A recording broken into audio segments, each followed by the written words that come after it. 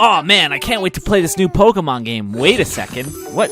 Pikachu? How did you get out of the team? What? Huh? What are you doing? No! No! Ah!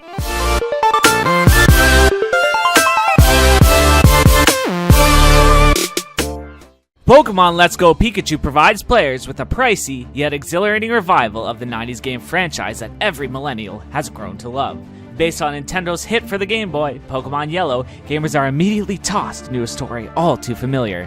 The tale where a young protagonist dreams of becoming the greatest Pokemon master that ever was. Sound familiar? I wanna be the very best, like no one ever was.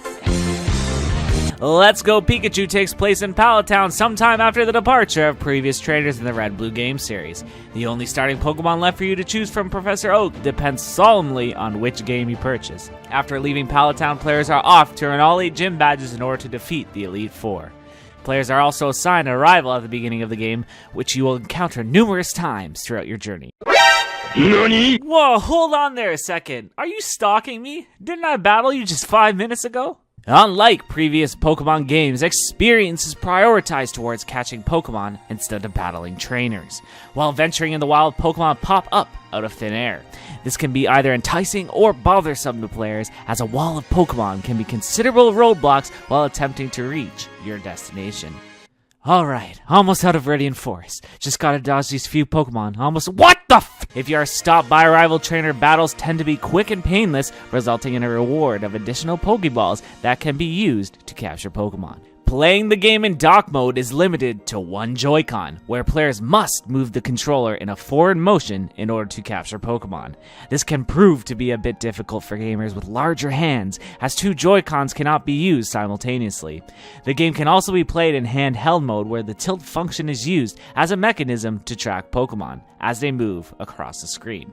This oversimplified system eliminates the need to weaken Pokemon through side battles, resulting in less wasted time and more progression within the game. As always, there are different types of Pokeballs and candy options to lure Pokemon into successful captures.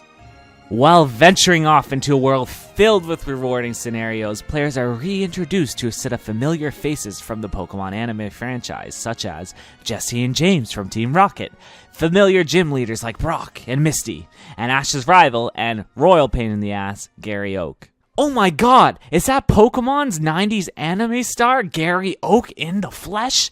What? Blue? Who is this Blue? The Team Rocket antagonists play a larger role within the game, as you are often faced with the task of foiling their plans. If you are familiar to the franchise, this can prove to be a special treat for players, while Pokemon newbies will be left wanting more answers. Although battles are proven to be less of a challenge, the mechanics of Let's Go Pikachu remains true to his predecessors. Pokemon types play a large role in battling opponents, as a specific type can prove to be an advantage that will help lead you to victory.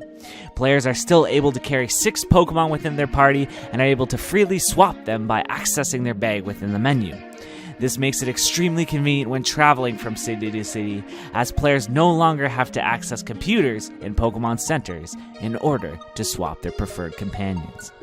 Apart from battles, traveling is another main factor within the game. Instead of using a bike, players are now able to ride large Pokemon from map to map, providing a quick, accessible way to get around. Pokemon can also be taken out of their Pokeballs to travel beside you, and can help assist with discovering secret items within the map.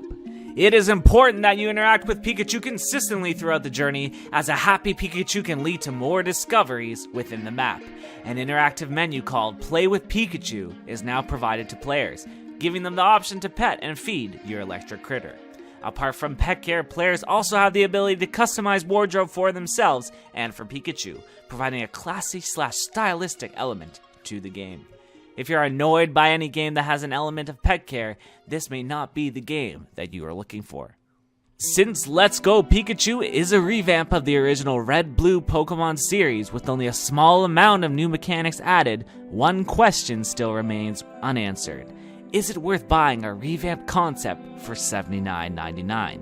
Many remastered games are offered at a price of $39.99, so if you are not sold on the idea of an $80 revamp, you may want to wait until the game goes on sale. Needless to say, it was a great experience reliving a past chapter of my childhood, and I loved every second of it. For more reviews and epic videos, make sure you subscribe to A Plus Gamer. Also, check out my website at aplusgamer.net.